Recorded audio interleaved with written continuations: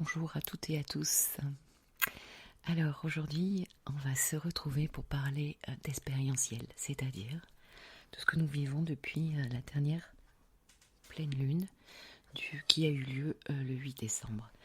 Et mon Dieu que les énergies sont remuantes et plombantes et névrosantes. Bon, alors, je préviens tout de suite, les personnes qui vont très bien, vous quittez le podcast tout de suite, d'accord ? Parce que ce podcast est réalisé pour les personnes qui sont en difficulté énergétiquement. J'avais parlé, on va revenir un petit peu sur la pleine lune, j'avais parlé de stase énergétique. Et puis aussi cette conjonction Mars-Lune que nous avions en Gémeaux. Eh bien, autour de moi, bien sûr, j'ai vu beaucoup d'inflammation. Et bien, en Gémeaux, aux mains, aux bras, des personnes malades. Ce carré à Neptune, là. En fait, ce qui s'est passé, c'est que toutes les planètes sont passées au carré de Neptune. Et on peut voir à quel point ce Neptune, finalement, dans le vécu, il est plombant, quoi.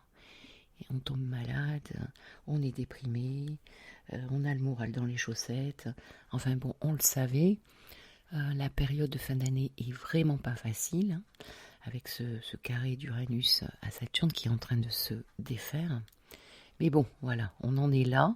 Donc j'avais envie de revenir là-dessus et d'ouvrir un petit peu l'espoir. Juste pour dire, j'ai quand même vu des personnes pour qui ça se passe très très bien, mais qui se sentent très confuses. Notamment une personne là qui est dans une très belle promotion professionnelle, mais qui se retrouve très confuse et c'est surenchère sur surenchère avec ce carré à Jupiter. Et donc des choix à faire. Et c'est pas évident pour cette personne. Bon. Bienvenue à tous mes abonnés et bienvenue aux personnes qui ne me connaissent pas. Je suis Christine Calvé, thérapeute psychocorporelle et astrologue. Alors donc, je pense que depuis le 14 décembre où le soleil est passé carré à Neptune, eh bien ça s'est un petit peu corsé. Nous sommes dans une phase de carré décroissant par rapport à cette lunaison. Qu'est-ce qui se passe dans le ciel tous les 28 jours et demi ? Eh bien, il y a une nouvelle lune, hein, le soleil rencontre la lune. Le soleil en rendez-vous avec la lune. Et donc, 7 jours après, nous avons le carré croissant qui nous invite à prendre un tournant, mais beaucoup plus dans l'action. Et puis, nous avons, après, la pleine lune, là, qui a eu lieu le 8 décembre, et qui est un moment culminant, une période de résultats possibles de ce qui a démarré lors de la nouvelle lune. Et puis après, nous avons ce fameux carré décroissant dans lequel nous nous trouvons, qui est aussi un moment de tournant, mais beaucoup moins dans l'action, beaucoup plus en introspection, beaucoup plus en digestion de tout ce que nous avons vécu les derniers jours, comme une espèce de auto-régulation. Ça fait un petit moment que je pensais prendre le micro là et vous parler. Et en fait, personnellement, j'ai aussi vécu une petite chirurgie dentaire qui m'a un peu plombée. Et donc voilà, la cicatrisation est pas top hein, avec toute cette inflammation Mars-Lune, comme on l'a compris. Donc voilà. Alors, après, qu'est-ce qui va se passer les amis ? Dès demain, le 17, donc ce week-end, samedi, nous avons un joli transit de Mercure qui est trigone à Uranus. Alors là, peut-être, une petite énergie. Allez, on retrouve le goût. Le goût pourquoi ? Pour communiquer, Mercure, pour reprendre peut-être que je la sens déjà, ce qui me permet de faire le podcast là, puisque c'est demain et on sent l'énergie avant. Trigone à Uranus, eh bien, à de la nouveauté, on se réouvre, on retouche à un certain enthousiasme, à trouver des solutions dans notre tête, Mercure, dans nos croyances, dans nos idées, hein, on essaye, et on retrouve enfin le goût. Après le 20 décembre, eh ben, c'est un grand rendez-vous puisque Jupiter retourne en Bélier. Donc, c'est une très bonne nouvelle pour les signes de feu et d'air. Je pense que je vais refaire un podcast sur Jupiter, mais en tout cas, le 20 décembre, Jupiter sera à 0 degré du Bélier, chez Mars. Alors, une petite nuance tout de même, je ne vais pas vous mentir, c'est que il est chez Mars, Mars qui est rétrograde en Gémeaux, d'accord ? Donc, peut-être d'ailleurs, qu'on doit reprendre, redémarrer toutes les actions qu'on a déjà posées, des projets qu'on a déjà eus ces derniers mois, voire ces dernières années, les reprendre et les mettre en place. Ça, c'est une bonne idée, je crois, si ça touche un petit peu au passé. En tout cas, le temps que Mars redevienne droit, c'est-à-dire mi-janvier, d'accord ? Donc, c'est super pour les béliers, les sagittaires, les lions, et puis pour les signes d'air, les gémeaux, les balances et les verseaux, puisque ce sera en sextile. Donc Jupiter en bélier va nous redonner la pêche, le tournus, l'enthousiasme, ça va ouvrir un petit peu les horizons sur un avenir. Donc ça, c'est une très bonne chose. Je ne vais pas faire un podcast long, donc je ne vais pas non plus traiter ce sujet-là. Ici, le 21, nous avons Soleil qui rentre en Capricorne. Très joyeux anniversaire à nos Capricornes, à nos Soleils Capricornes. Donc ici, ça va nous parler de structure et on le verra dans la nouvelle lune. On aura beaucoup de planètes en Capricorne. Donc on étudiera un petit peu cette énergie saturnienne. Donc le Soleil en Capricorne, qui nous ramène au concret. Le 22, nous avons un très joli transit de Vénus trigone à Uranus. Donc après Mercure, vous voyez, nous avons Vénus qui nous parle de sociabilité, de relationnel, de stimulation. Avec Uranus, on a des idées, c'était valable pour Mercure mais aussi pour Vénus, pour tout ce qui touche l'artistique, la créativité. Ici, il peut y avoir de beaux coups de cœur, des choses amoureuses très agréables, voire des rencontres aussi, suivant ce que ça aspecte dans votre thème. Ça peut être très sympa, il peut y avoir de belles trouvailles dans vos vies, pas que amoureuses bien sûr. Et puis après le 23, nous arriverons au moment de la nouvelle lune, qui se passera à 1,33 du Capricorne.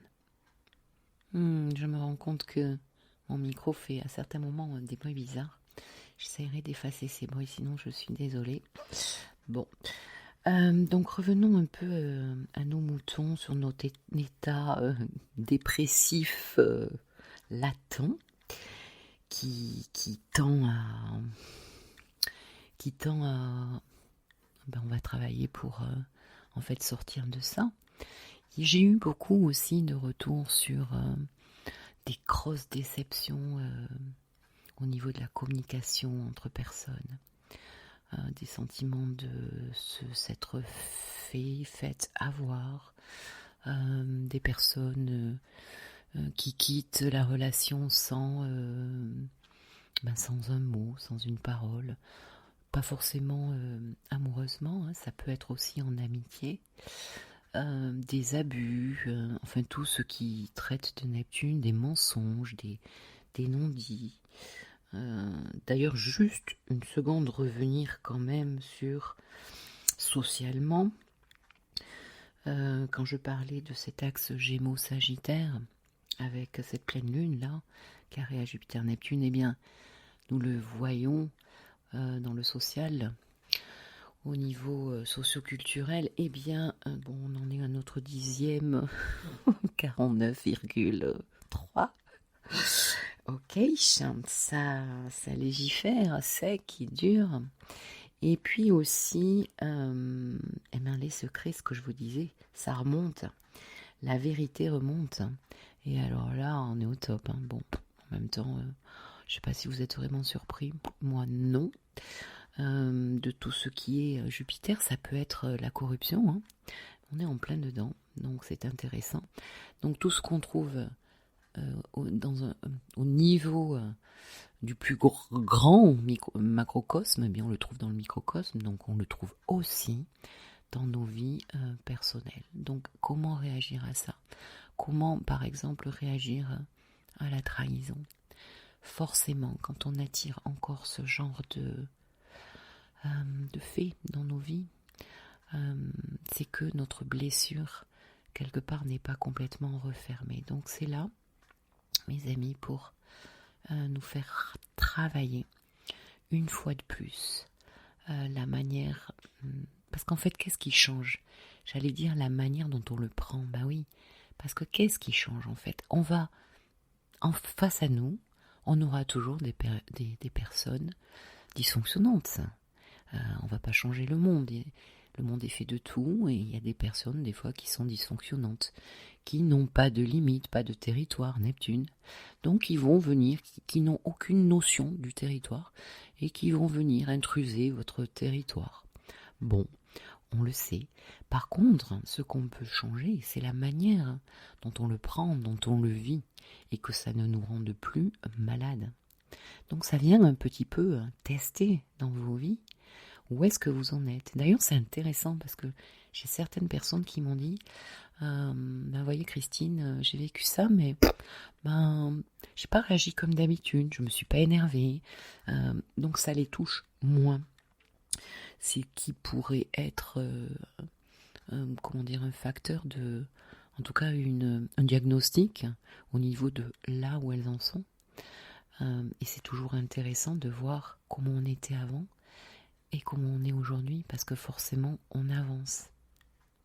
Ce que je remarque aussi, et j'en ai d'ailleurs parlé là avec une amie, c'est étonnant comment nous sommes dans une surconsommation matérielle de tout, dans nos vies concrètes, matérielles. Nous avons toujours besoin de quelque chose, pour certains. Et en fait, ce que je remarque ici, dans cette lunaison, c'est que aussi, ce qu'il se passe, c'est qu'il y a une espèce de surconsommation humaine. Alors là, c'est vachement plus grave, je trouve. C'est-à-dire qu'on se sert tant que ça nous va.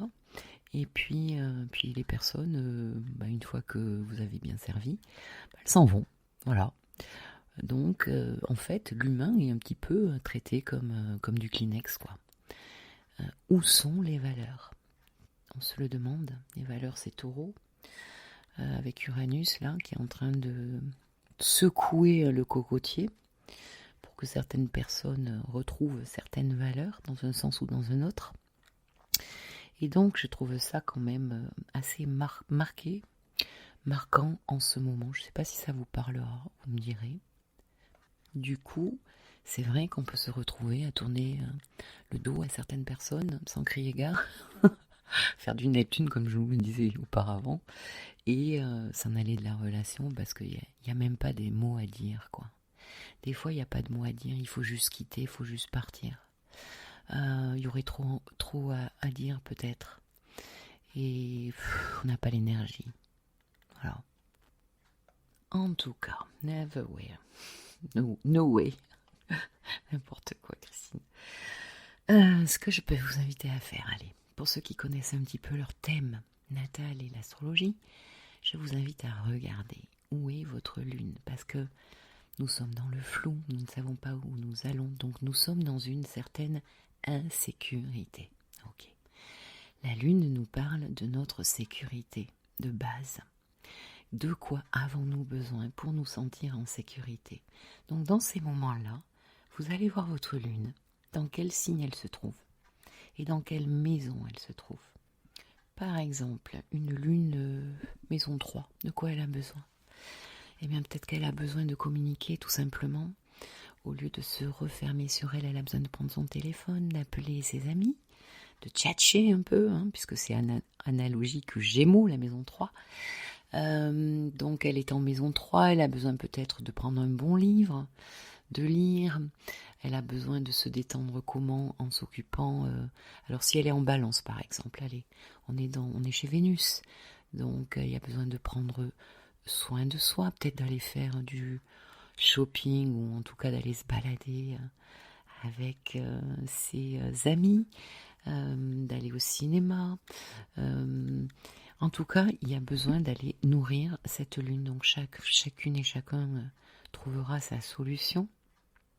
Et je vous assure que personnellement, c'est quelque chose que je fais et qui m'aide aussi dans les moments un petit peu où je suis mal et allez ok, qu'est-ce que je peux faire pour moi? Parce que nous sommes les premiers à pouvoir faire quelque chose pour nous, n'est-ce pas? Nous n'attendons pas de l'extérieur, parce que sinon vous pouvez quelquefois attendre très longtemps.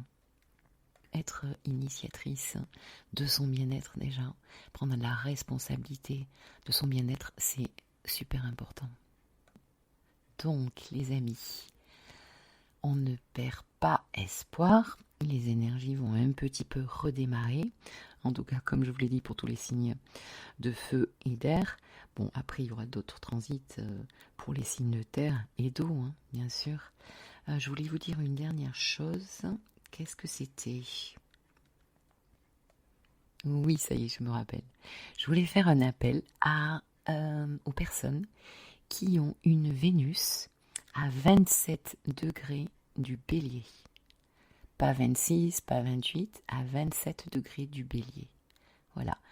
Si vous m'entendez, je vous invite à mettre un petit commentaire.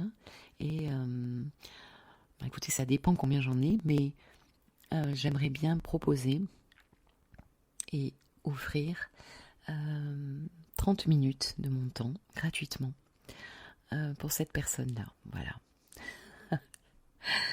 Allez, je vous dis pourquoi. Eh bien parce que ma Vénus est Bélier est à 27 degrés. Et donc elle est en ce moment au carré de la Lune noire qui est elle-même, opposée à Pluton.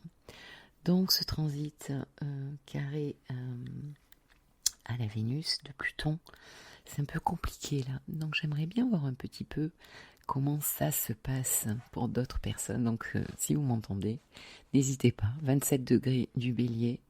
Si votre Vénus est la même que la mienne, eh bien je vous invite à passer 30 minutes avec moi et on en discutera. Voilà les amis. Je vous dis à très bientôt. Prenez soin de vous. Occupez-vous de vous. Patience. Et je vous dis à très bientôt pour la nouvelle lune. Je vous embrasse. Au revoir.